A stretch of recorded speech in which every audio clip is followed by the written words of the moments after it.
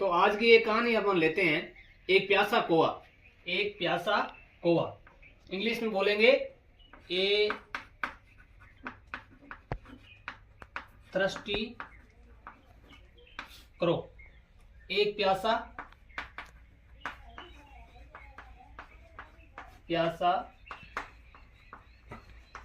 कौवा। सबसे पहली बात तो ये है कि अंग्रेजी की कोई भी स्टोरी है वो पास्ट कंटिन्यूस और सिंपल पास्ट में लिखी जाती है। दो ही टेंस होते हैं, पास्ट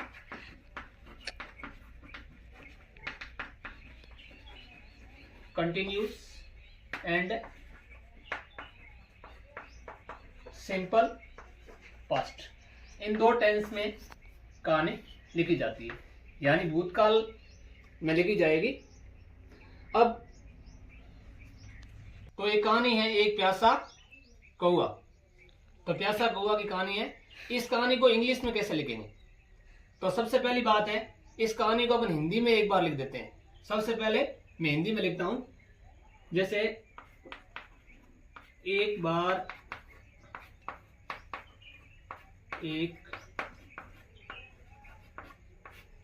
कौवा था, वह बहुत प्यासा था।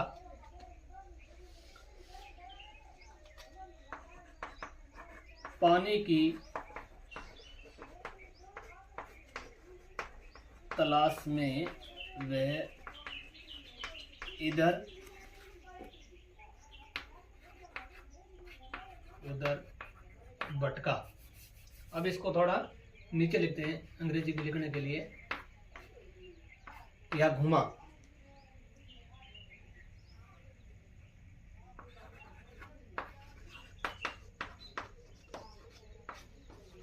कुछ समय बाद उससे पानी का एक जग मिला, लेकिन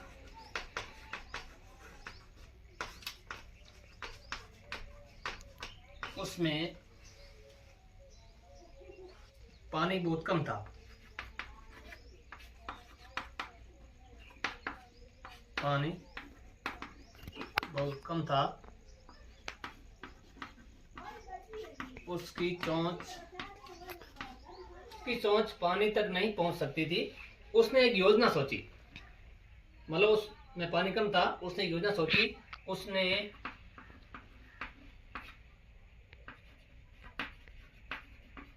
कुछ पत्थर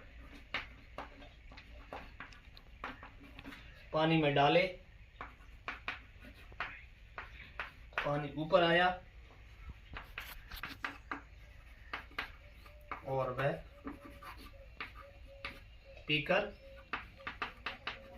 उड़ गया। वह बहुत खुश था।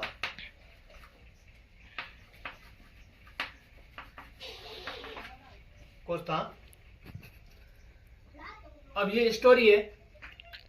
इस स्टोरी को इंग्लिश में कैसे लिखना है? तो इस वाक्य के अनुसार आपको ट्रांसलेशन करना है। तो इसका एक सीधा सा फॉर्मूला है कि एक बार एक कौवा था। तो इसकी एक लाइन आती है, वंस देयर वाज, या फिर वंस अपॉन ए टाइम। तो इसमें ये लिख सकते हैं, once there was a crow. Once there was a crow, एक बार एक कौवा था। या इसको ऐसे भी लिख सकते हैं, वंस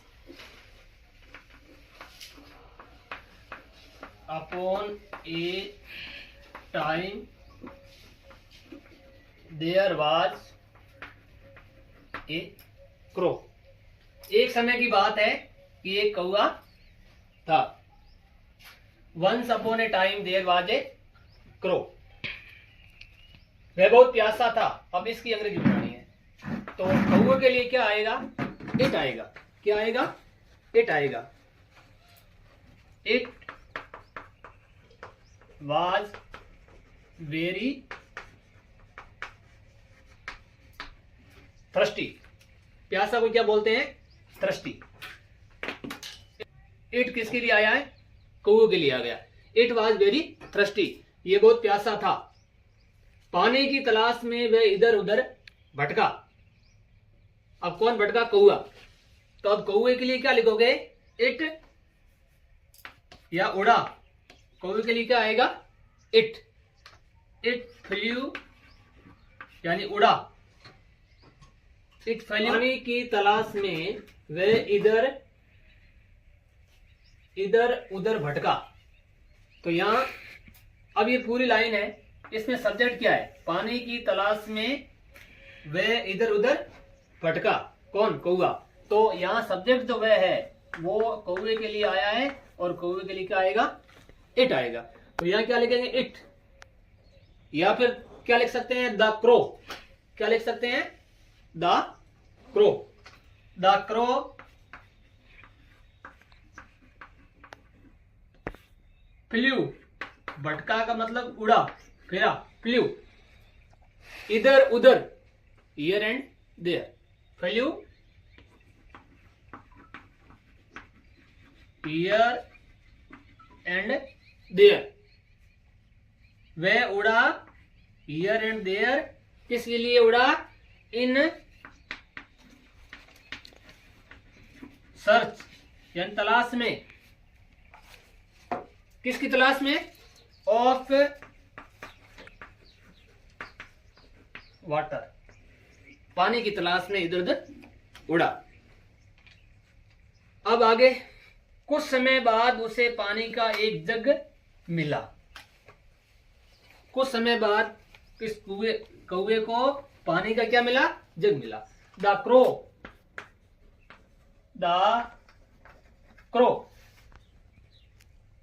फाउंड ए जग। अब कुछ समय बाद तो इसको ऐसे लिख सकते हैं, after some time. After some time, कुछ समय बाद उसे पानी का एक जग मिला। After some time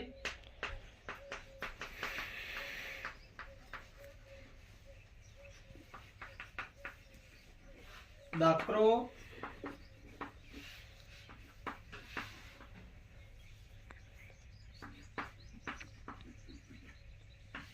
found a jug.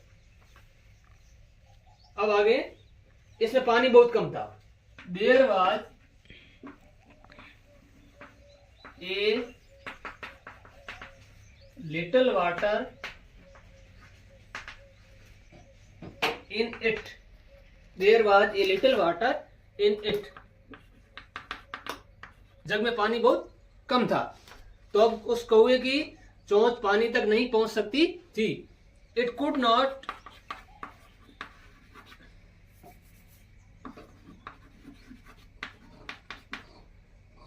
Reach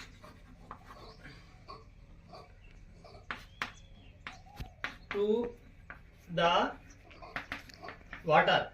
अब इसकी चोंच पानी तक नहीं पहुंच सकती थी। अब उसने कुछ एक योजना सोची। तो मैं आगे, उसने एक प्लान सोचा। उसने एक योजना सोची। इट कौवे के लिए आया है। It thought of A plan. उसने एक योजना सोची, एक प्लान सोचा। द क्रो कुछ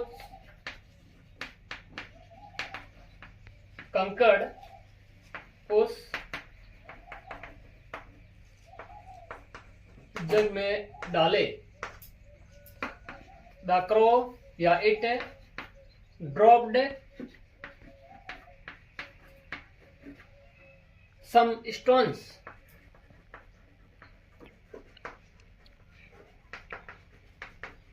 into the water।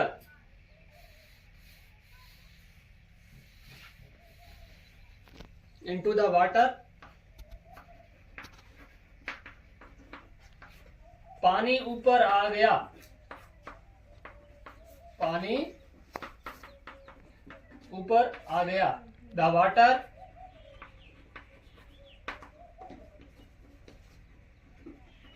Came up, पानी ऊपर आ गया, कौवे ने पानी पिया।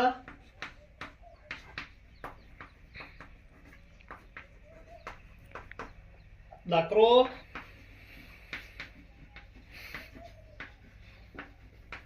ड्रिंक वाटर, और फिर उड़ गया, कौवा उड़ गया। अब क्या होगा?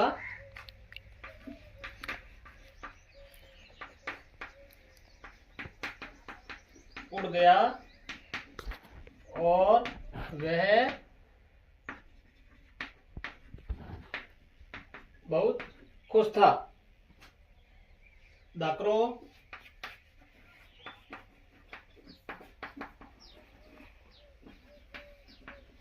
flew away and it was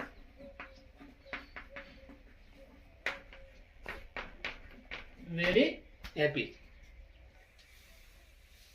हर कहानी के लास्ट में एक टॉपिक होता है मोरल, यानी शिक्षा।